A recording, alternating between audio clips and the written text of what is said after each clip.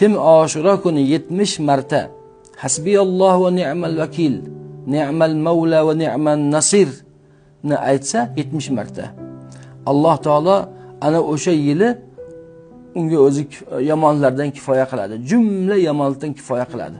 Bu mashoyixlarimizning tajribalaridan kelib chiqqan narsa.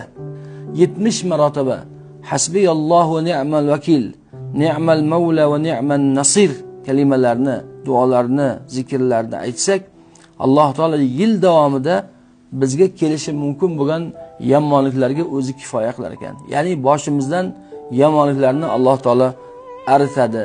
Bu tajriba qilinishga eng loyiq amallardan biri.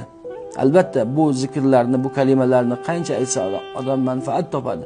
Lekin aynan bu kunga xoslab 70 marotaba o'qib ko'ringchi, Parvardigor olamning jumla yomonlardan bizga o'zi kifoya qilishligi, ya'ni o'zi saqlashligi va'dasi albatta hammamizni xursand qiladi.